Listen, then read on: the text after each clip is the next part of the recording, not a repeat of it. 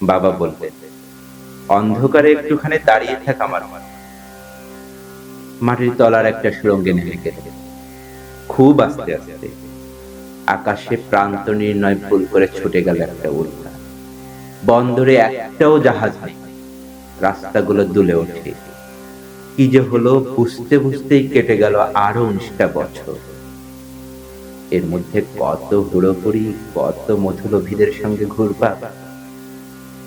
বাবা, বাবা, বোতাম বোতাম মাশরুম খুব ইচ্ছে করে বাবাকে খাওয়াতে, আর রুমালি রুটি, অন্তত একবার কাস্পিয়ান হ্রদের মাছের ডিম।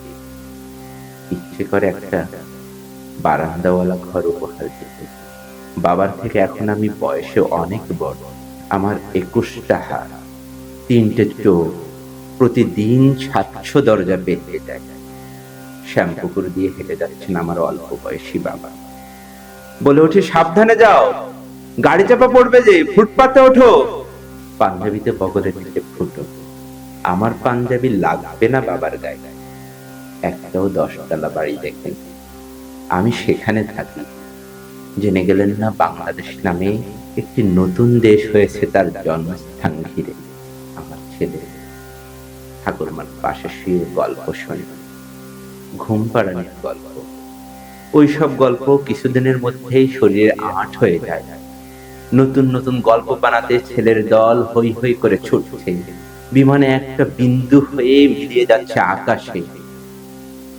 আমি যতদিন বাবার ছেলে ছিলাম, তার চেয়ে বেশি দিন নিজেই বাবা। আমার বুকের সব রুম পাকা। সকালবেলা কাশতে কাশতে লক্ষ্য করি রক্ত পড়ছে কিনা। বাবা ছবি হয়ে থেমে আছেন। নিজের থেকে কম বয়সী কারুকে কি বাবা বলে ডাকা যায়? তবু দেখতে পাই মাঝে মাঝে আমি চেয়ে থাকি স্নেহের দৃষ্টিতে। তার ঘাম, পরিপক্ক ক্লান্ত পা, কিছু দিতে ইচ্ছে হয়, যা যা পাননি। আমার ছেলের কাছ থেকে কিছু নেবার আগ মুহূর্তে একবার আমার শুনলেন সুনীল গঙ্গোপাধ্যায় রচিত কবিতা বাবা।